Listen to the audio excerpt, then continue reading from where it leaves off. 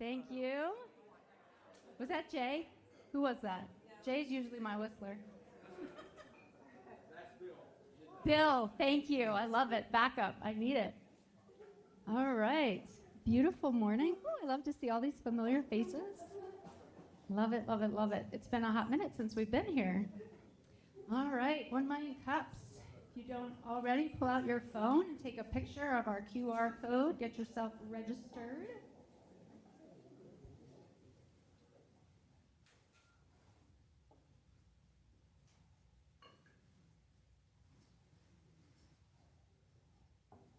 For those of you that are new, this goes back to the hub of 1 million cups to register how many people attended in Asheville. So we get to be recognized. We're actually one of the most attended groups throughout the country. So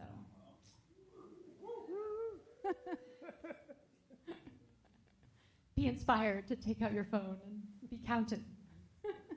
How do you zoom in to get the QR code from way back here? You zoom your camera?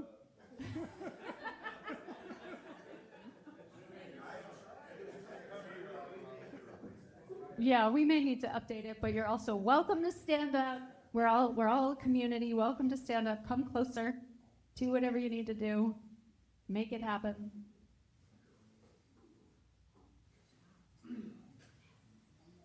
All right. I would love, by show of hands, just to know how many brand new people are here today. Never been. Yay! Thank you for coming. We're so glad you're here. All right, so 1 million cups.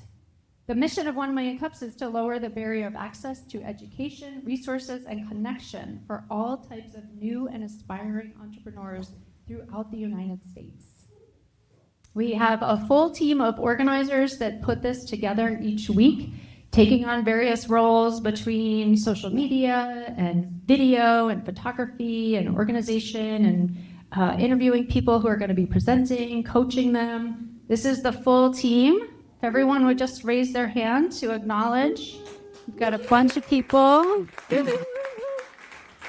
Really does take a full team of volunteers to pull this thing off every week. So we're very grateful for everybody that does that. So for today, we've got a general format of a presentation that will be anywhere from 15-ish minutes. And then we'll have a good 20-ish minutes of questions and commentary and conversation with the presenters. So as you're hearing them talk, think of what you want to know more about. What questions might be provocative to ask them? What do you like? What ideas are coming up for you as you're hearing them share? So that's what this is for. And when you decide to share, please stand up so that we can all see you, we can all hear you. Brian can get you on video. Say your name to introduce yourself to the community, and then ask your one question. We've got a fabulous sized group, so we're going to keep it to one question at a time.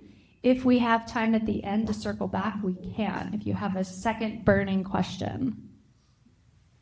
A couple of just quick announcements. If you're new, we've got 2 more weeks this year of 1 million cups. If you come regularly, please park in the back off of Ann Street to allow for the pollen to have people pop in here in the parking in the front. And also, please bring your own mug. It's just one of the ways that we're able to be good stewards, essentially. And we prefer cups with lids, so thank you to all of you that brought cups with lids today.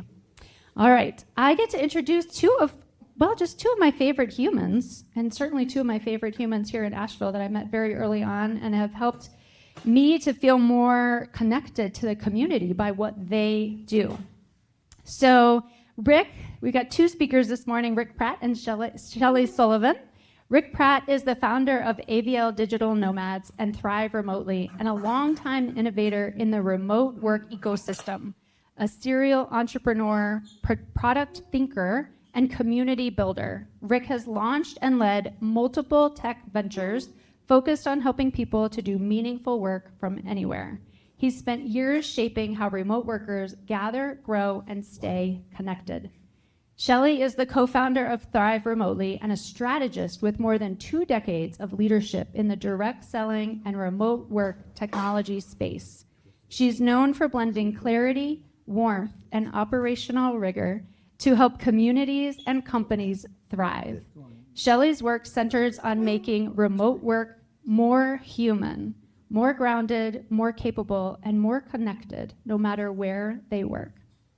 And just my personal note for both of these humans who are they're fun, right? Just right from the get-go, they're fun people to be around. They both have such a strong interest in the community, in making an impact, in their own personal growth, and being connected to what it is they really feel called to do. And yeah, they give so much to the community, and I'm just so excited to have both of them present today. Let's welcome them on up.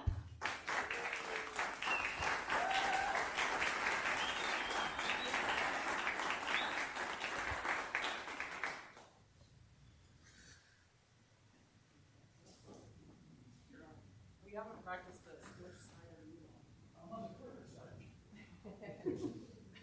Shellie gave up control of the clicker. So Very hard for me. It was very hard for me. All right. right, there's a lot of energy here. Boy, being in front of friends, Yeah. being in community, this is amazing. So thank you all. Of course, my voice will go up. All right. So a little survey to get started. How many people here are independent freelancers, consultants, and so forth? Cool. How many people are remote workers? Hybrid. Hybrid, yep. Okay. Okay. Stand if you have been to an AVL Digital Nomad event. Woo! Hey, There, all right. there we go. Good stuff. Okay, cool. All right. So we have the right people in the room is what we wanted to make sure of. So you can all stay. So today we're going to talk about the state of remote work. And so a little look ahead of what we're going to do. So we are no longer in the pandemic hangover remote work. Things have changed and move on. We want to talk about that. We want to talk about how companies are using flexibility and agility as their competitive advantage, and how we see ourselves taking part in that. Yeah. So we know that remote work is evolving, but maybe not in the ways that we would typically think that it is. And that, companies need a competitive advantage. Would you agree that, even if you're an entrepreneur, you need that little competitive advantage? And we actually believe that flexibility and this agility that comes with remote work and flex work can be that advantage. Wait, I didn't get to say the thing. Oh, okay, the thing. The thing. So we also believe, as you can see, Thrive Remotely, that we're going to tell you all about today, can really be part of this in a big way. It can be a catalyst, because one of the things that we've discovered in these deep dives that we're going to share with you today is that remote work is moving at an equal speed to AI. So how many of you have said or heard yourself say or someone else say recently, it's moving at the speed of AI? I say it all the time for my work presentations. And what was really exciting for us is that we're discovering so is remote work. So for clarity, when we talk about remote, use that term a lot, it really encompasses everything we just surveyed. So whether you're a W-2 or a 1099, it's all this encompassed. So we're going to talk about that a lot. We're really being inclusive of everyone here. All right, so point one here, this is really exciting. I'm going to talk about the independence for a little while. So the independence, anyone who is a consultant, a freelancer, entrepreneur, we found some really exciting data on this. So right now, there are 5.6 million freelance, consultant, independent workers, professionals that earn over $100,000 a year. And that has actually increased about 19%. But what is more fascinating, as Rick mentioned, we're kind of beyond the symptoms of the COVID hangover, that it's actually doubled since 2020. So this is not a trend. This is not a temporary trend. This is actually a change, a permanent change. And one of the parts is that on average, median average is that freelancers make a little bit more than their counterparts doing the same thing in a company. So let's go with W2, the remote hybrid people. So in the newsletter, we report on this very regularly. We cite a company here called Flex Index. That's their job, this is what they do, talking about it. And so overview of this graph is that it's still very prevalent. So on average, in some way, whether it's hybrid or fully remote, 70% of employees are flexible in some way. Now it changes depending on size of company. So Fortune biggies down here, a little more in office, hybrid, versus being fully flex. And tomorrow's newsletter will show that non-tech companies, we all know, great voice. We all know that not tech companies, a lot of people are remote. But in non-tech companies, it's 70% as well. So there you go. It's just all roles on this. I am way too into this topic. So I needed to find out for myself, am I drinking the Kool-Aid? Am I swimming in the Kool-Aid? And so over the summer, took a lot of time to look at, from the company perspective, why would they care? Why would they be doing this? And so what we found is, one, top talent, I want to be remote. I need flexibility and I want autonomy. Now we read a lot about return to office, right? The whole commercial real estate, there's a lot of money in that. They do a lot of PR on making sure we get people back in those buildings. So great. In reality, less than 3% actually go. Yeah. So what you see in the press isn't what's always happening. And Shellie just talked about in freelance how companies are leveraging freelance to be agile, to be flexible. And that's a key whole part of this. Now, what we didn't expect is that companies who are flexible and remote, their AI adoption rate are 40% higher than those who don't. Yeah, and so that was something that was really striking, and I've already referenced it once. There is this really exciting synergy between remote work and AI. We've been thinking of them as separate trends. In some ways, they are definitely separate trends, but they're trending in the same direction. So because we've been able to see this, I need a click. No. There you go. Because of this, we've sort of dug in, and so that's what we're going to share with you now.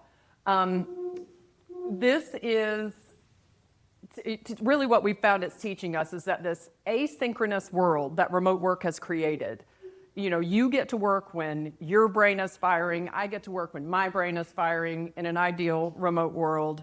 And what it has done is it's actually laid this framework that gives us the systems and processes to actually train our AI.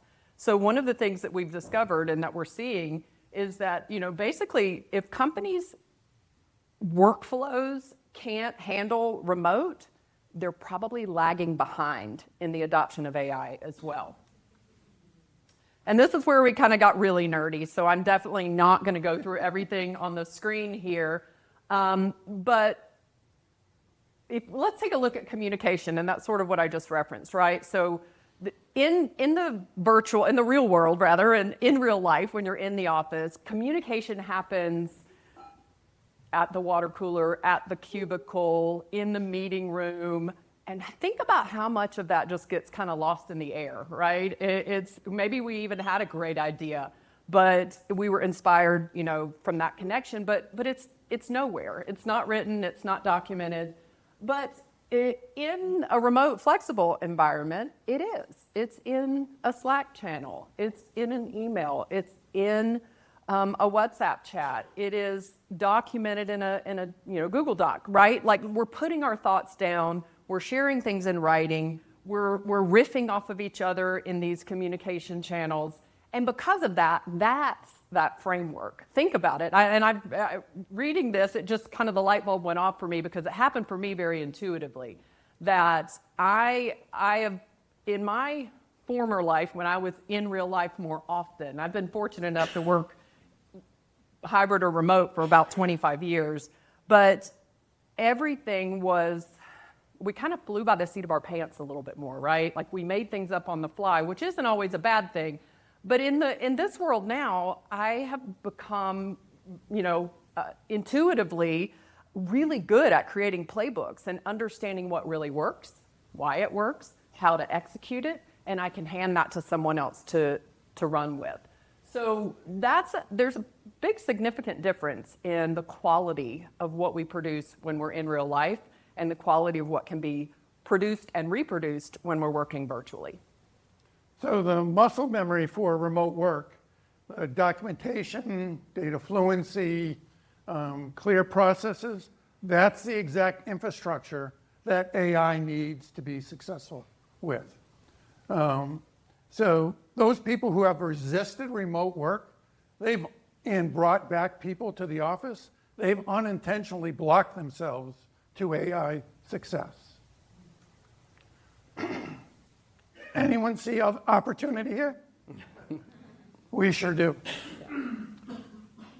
So we feel that we're in the perfect position to leverage the situation.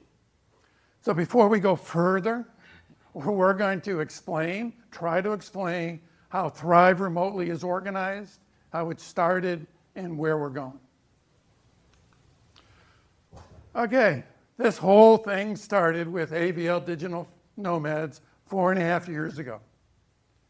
So in the last 6 months, we have had 155 events. We have 4,700 registration for attendance. We've added 1,000 nomads to be a total of 4,200 people in real life. And right here in Asheville. Yeah. So this is our community of remote, flexible, and independent people. So that was cool. Then we thought we'd add some other cities. So now we have 6 total cities. Greenville is South Carolina, by the way. Knoxville, hopefully is obvious. But it's all in real life, helping remote workers thrive. And the newsletter. So, all of these in real life experiences for us, when I came here, I guess Nomads was 1.5 years in, and it was the very first thing I did when I moved to Asheville was go on Meetup, which was very uncomfortable for me, and ended up at a Nomad lunch. And that was the start of it for me. And discovering experiencing these real life experiences, and then actually helping my best friend start Upstate Digital Nomads in Greenville, and obviously talking to Rick and working with the leadership team at AVL Digital Nomads, all of these experiences really inspired us because something beautiful happened here and this community happened. And we realized that, this experience, and you put that up against all of this information we just shared with you on what's happening in the world and how work is changing and how remote and flexible work is here and will continue to be here. It is not a trend. It really inspired us to dig deep and realize that there is a global application here. There's an opportunity for us to dig into this, learn from you, learn from your experiences. And the unique thing that came out to me, and it's so real and raw in my life, I just talked to 4 or 5 of you this morning, is that when we work remote, we have the opportunity to design our life and to create the life that we want. So we wanted to dig into that and write about it and share it and inspire other people. Because I also observed, I know you did too, that there were so many people that went from working in the office from 8 to 6 to working at home from 8 to 6, and they didn't have to. So we wanted to be able to dig in, tell your stories, and inspire other people to live a life that they love and it's full of leverage the remote work stuff. Right. And that reaches a global audience as well. Yeah. But that wasn't enough. Yeah. And so podcast launches this month as well. It just so happens that our Raleigh leader is a podcast producer, and so he has stepped in. So we have a Thrive Remotely podcast coming up. So we feel we've done a really fine job of helping people in real life connect, collaborate, and learn. And whether it's career advancement, professional development, we've really connected with this. And okay, how can we take this opportunity and now bring it to companies and teams? So thus, we're now launching Remote Performance Acceleration. So this is helping companies take to that next step. So we still see a lot of companies working like it's 2019, straddling between old and new work structures, suffering from low productivity and high staff disengagement. Leaders struggle with trying to be where they're so used to still just supervising in person. Got to see you, got to know you're doing. If you're not here, I don't believe you. Lack of trust to be outcome performance on the back end. So we're now helping companies create a flexible work structure so that they can have a competitive advantage. Yeah, and I've said it before. I say this a lot in my day job. That I'm talking to companies a lot of times that are lagging behind in AI. And ironically, I had a conversation with one last night and learned that, guess what? They're returning to office next month. And there is a parallel. I saw that happen in real time last night. But this is happening fast, and remote work is evolving at the same pace that AI is evolving. And so companies can't waste time, or they will be left behind. I found this pretty funny because we were working on this yesterday, working on all these stats and stuff. And then she has this meeting last night. It's like, boom, ammo. Yeah, it was an employee really almost crying to me that they were all having to return to the office next month. So we're really looking forward to taking this to making companies really use and get themselves in shape so they can leverage AI, but just have a more agile, flexible workflow. So our main ask, is we're trying to get to reach more companies so we can start to have conversations on this. So this QR code here, go right ahead, please. You can connect with us. We'd also love you to subscribe to the newsletter if you're not already. And if you are, share it. Share it out. Share you. it with your work teams. Share it with people who are even remote curious. It's a great way for people to really, get an idea of what remote life might be like. And we don't want to miss tomorrow's issue because Sarah has a great story in there about mental awareness and how to shift your mind frame. So you got to keep up to date with Sarah's writing. It is awesome. Yeah. How many of you in here have contributed to the newsletter? Yeah. Yeah. There's a good handful of you. So thank you for that. Yeah, because you don't want to hear my voice all the time. Even writing, it comes scratchy. And then please connect with us. Yeah. So thank you so much. Yeah, thank you.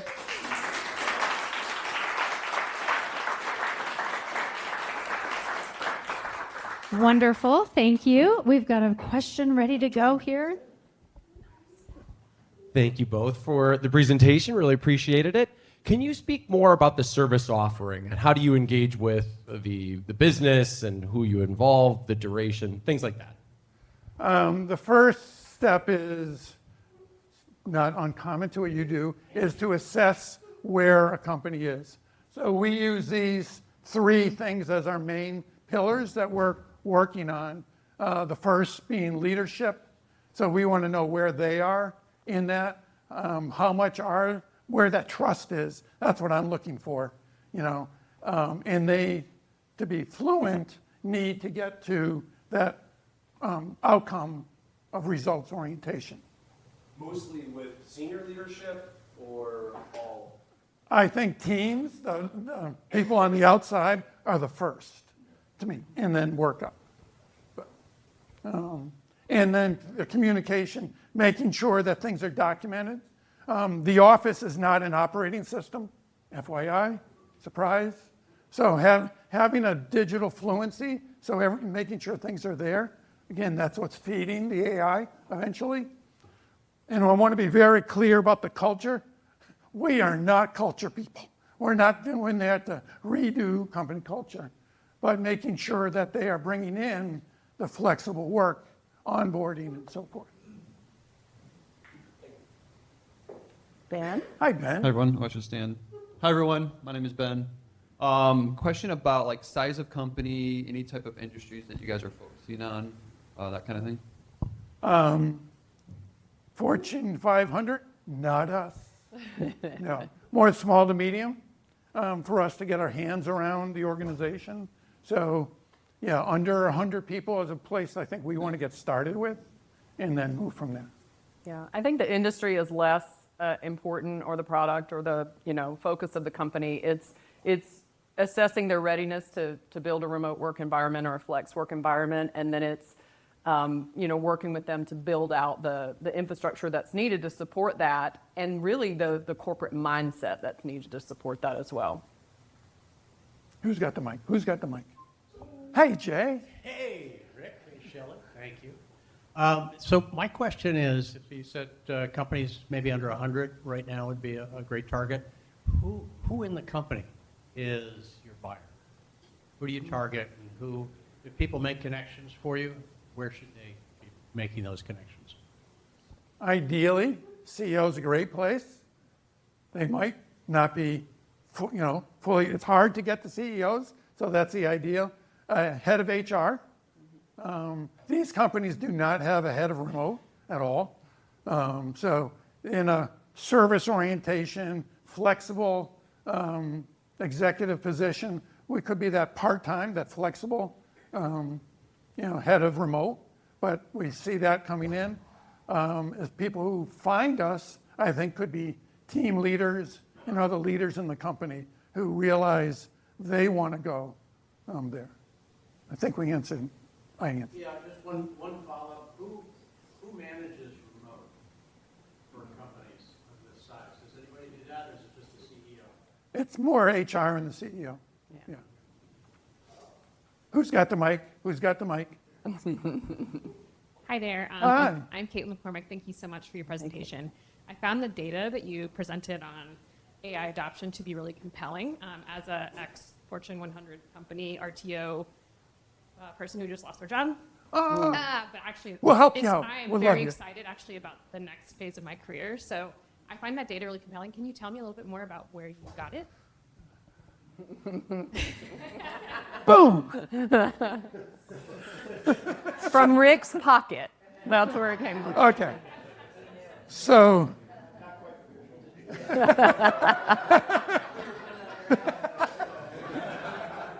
Thank you, Sam. So that thing on AI adoption, found that from a research report, which is great bedtime reading. You will be out. It is dense and dry. Thank God for AI, really. But anyway, thank you. An economist, Gregor Schubert from the UCL Anderson School of Management, put this 80-page report together on the correlation of remote work and company AI adoption. And if you would like this bedtime reading, you can just message us, scan the QR and send us a message, and we'll be happy to send you the entire 80 pages. Hi. Hey, my name is Leslie. Can you go back to that slide that's the side-by-side comparison of, the ready. The readiness? No, go back one more. One more Maybe. forward. It's not working. You don't click that. I don't click. I should not have a clicker. Oh. There you go. Yeah.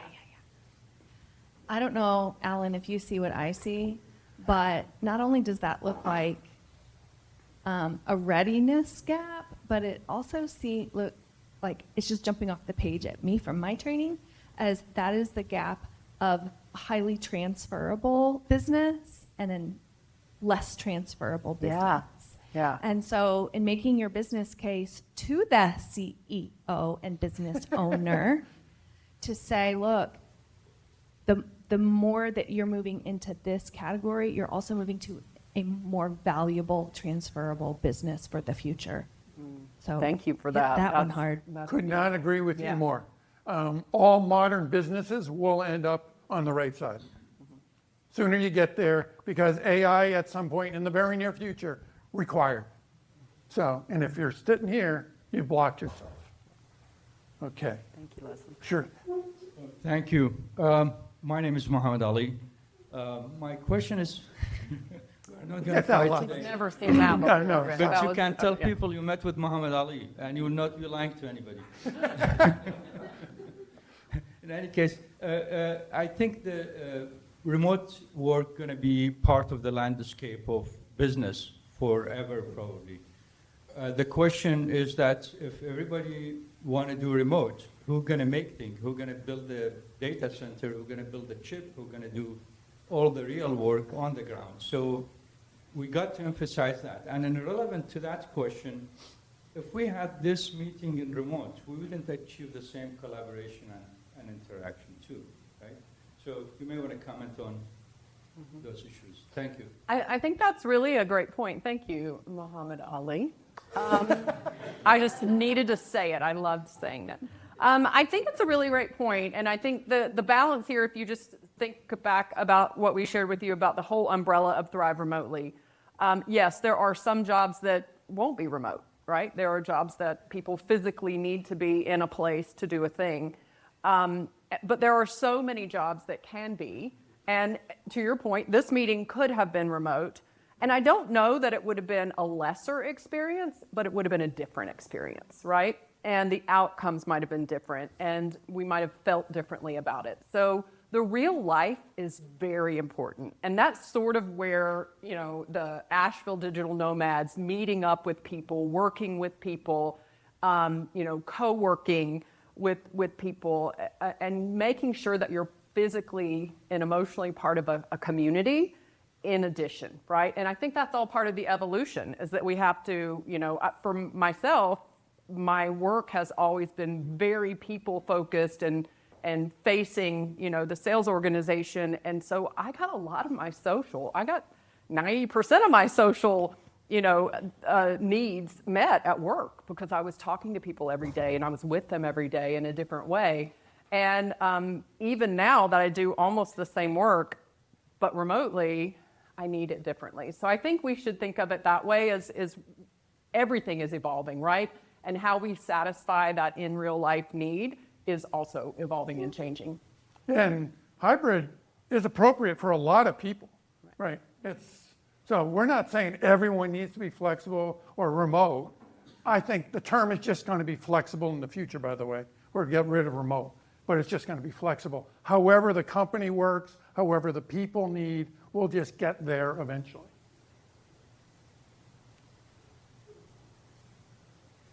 So, name's Carl, and I'm a human factors user experience professional. Love what you're doing, by the way. I actually had some questions about this slide, where it seemed like you were presenting an either-or type of situation, and I can see a lot of cross between the two. Love what you just said about the importance of being in person. And that digital nomads with your get-togethers and stuff just prove that, hey, when you're remote, you kind of want that socialization type of interaction and so forth. But with AI and with things like with a Zoom meeting and having it automatically have dictation essentially and transcribe everything and all that type of stuff, and even one-on-one Teams meetings where you just reach out to someone and that type of thing. Could you talk to that blendedness? Because to me, there's like in-between type of interaction. Well, it's really the flexible, but it incorporates a lot of the office-centric type of things you have, like observation-based, right? If I have a Zoom meeting, I'm actually looking at the person, seeing how they're reacting to my ideas and different things like that, right? So it's synchronous still, right? But it's still remote and flexible, Yeah. right? So could you talk to that a little bit more? Because I see a lot of remote and flexible doesn't mean you're losing the things on the left. Yeah, that's a But great you point. can incorporate those to take care of the socialization and other things like that. Anyhow. Yeah, no, can that's talk a about great point. And some synchronous work meeting is still appropriate. But how many times, hello? How many times, this meeting could have been an email? Yeah. So there's part of on the communication side of, our service offering is helping people do meetings better, less meetings, agendas ahead, taking better notes, having those recorded, putting them away. So it's that process. So we're not getting rid of some of that in person, we're doing it better.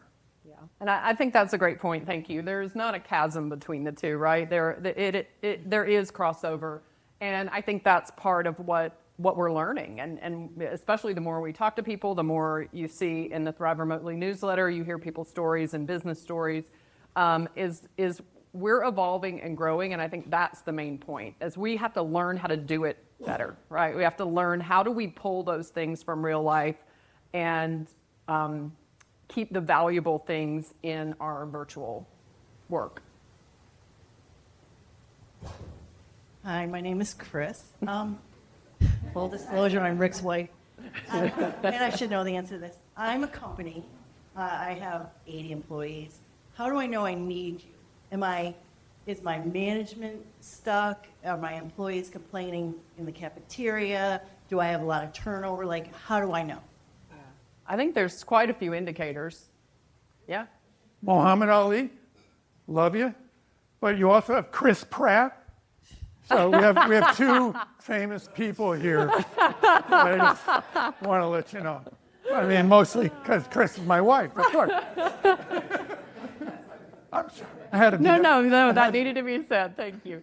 No, I think that's a great question, Chris. And some of that we're still learning, but I think there are some really strong indicators that we see. And in some cases, it's when you think about that stat that we shared earlier, that 12% of companies are insisting on return to work, but only 3% of their employees are coming back. It's helping. Some of this is going to be education. Some of this is going to be really putting these messages out and helping the right people in these companies see the messages, because it's helping them understand you're losing top talent because you're insisting That's key. on the office. So I think it's going to be education and teaching these companies and these people that are leading what is happening and how they are actually falling behind and deteriorating because they are not leaning into flex. Yeah, my key one is staff disengagement and loss of talent. So just ROI. If we can retain a couple of top employees, we paid for ourselves, bam, right there. Hey guys. Hi. I'm Drew. I'm new to the group here today. Welcome. Question for you guys. I'm always looking for an economic development standpoint. So with Asheville being such a unique climate with the industry that we have, and especially after the effects of Tropical Storm Helene and the need for an evolving infrastructure and a new business environment to kind of readapt to our current climate here, how do you foresee what you guys are trying to do being able to affect the economic development here? Do you see it more of people being able to transfer into those remote roles and be able to make a higher median income versus the low medium wages that's normally here? Or do you foresee businesses being able to headquarter here and kind of be able to offer that flexible environment with our limited resources, landscape, ability kind of to function here? I love this so much.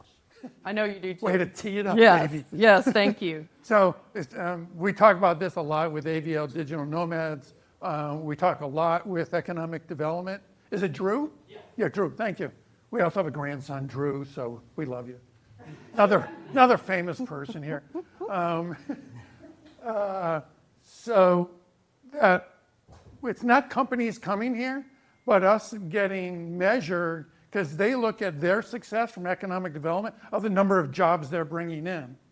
and we're like, hello, we've got 4,200 people here who are more than your average annual wage that you're bringing in. We're pretty important. We spend, man, I wish I could remember the number. Our annual income that we bring into the area is like $380 million. So spending our what we give back, our what we're doing, we are the top of the funnel for entrepreneurism. So Venture Asheville tomorrow night, big party. Woo! A lot of that is coming from digital nomads, of people engaging. So they're recognizing that more, and we think we can do that. Not we, but just generally, it changes the dynamic of cities, especially where we're a destination city, where we're pulling people in, and that we can change and impact the economy. Yeah, I think there's several facets to that, because I know here for Asheville Digital Nomads, we've made the case multiple times that our average incomes are significantly higher than those of the people that live here. We are bringing resources into the city, not taking income out of the city. Like, we are if you took all of us together, I don't know the new numbers, we would be the third largest company in this area if you just pooled all of the remote workers here. So there's that aspect of how does it benefit a city to draw and nurture remote workers? And we've done a lot of studies and work with some of the people involved in the Tulsa Bound program, where they were drawing people into the city and trying to create an environment there. They pay people to They pay you to come.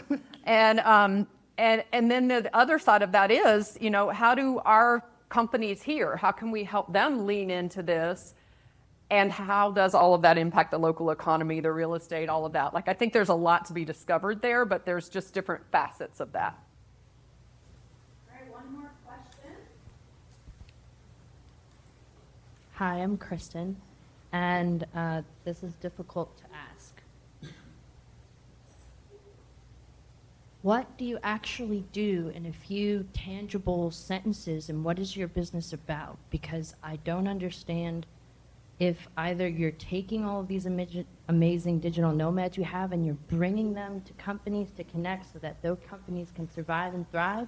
Are you going to those companies and saying, hey, we've got digital nomads where you can take your people and you can create this digital nomad lifestyle for them, and then your company also thrives from those people leaving the corporateness where they're stuck at and coming back? I'm just not there with you. Thanks for a great summarizing question. We empower people and we accelerate teams.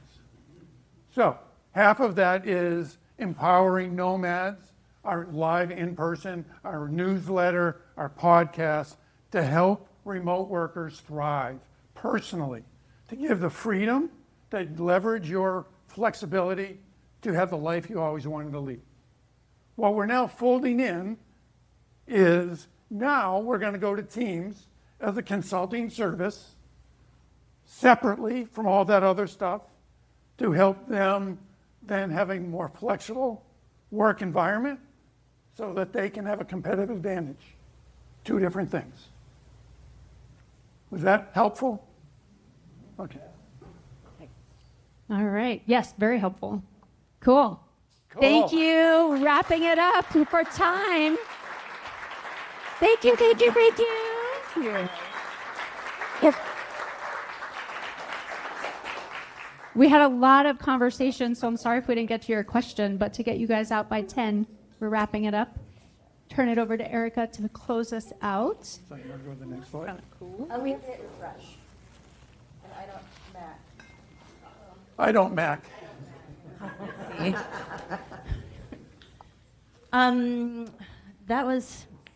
That was really eye-opening, and hearing that, I think that remote work and AI are moving in the same direction. It makes total sense, and it feels like the world is accelerating, but in hopefully ways that we all get more free time and free thinking. I want to thank you all for coming this morning. You dedicate your Wednesday mornings to being here, connecting. It's really such a beautiful thing to those who are here for the first time, we're really glad to have you. But it's so cool to see all the familiar faces every Wednesday. Okay, we're going to move right along, hopefully. Big thanks to our sponsors, Charlie and Troy Ball, Western Carolina University, SCORE, Mountain BizWorks, Patrick O'Kane with EOS Entrepreneurial Systems, ERC Broadband, Brick Creative, Hatch Co-working, Dynamite Coffee Roasting Company. By the way, they're coming to do a coffee tasting for our big Christmas celebration, which is in 2 weeks. Baird, the Brookshire Garside Group, Goldman Sachs, and NC Idea. All right. We are really, really honored because we have been recognized as one of the Venture 15's top support organizations of the year. So thank you guys. Thank you so much. And with that show is happening tomorrow. If you've never been, Jeff Kaplan puts on the best time of the whole year. He gets crazy, he gets silly, and the show is at 7, doors are at 6, and you can get tickets on the website. So the AVL Digital Nomads, 1 Million Cups, and Asheville's Young Professionals were all honored in this, which is pretty incredible. Yeah. Sean's in charge of the calendar. Yeah, so it's actually tomorrow night. But it'll be a great time every single year. It's so much fun. And it's so fun to see what, the fruit of these Wednesday mornings. I mean, Pirani is nominated, and when we've had them here, it's been so cool to see. They were making, I think, gross was like $50,000 a year, and they're doing upwards of $7 million. So to see businesses come here, present, get connected to the right resources, and grow and explode and take over the world in beautiful ways is amazing. So thank you guys so much for coming. If you want to present, we are now booking for, I think, almost like March. So it's exciting. But fill out an application online or send this to someone you know. We appreciate you coming. Have a great, great Wednesday, and happy holidays.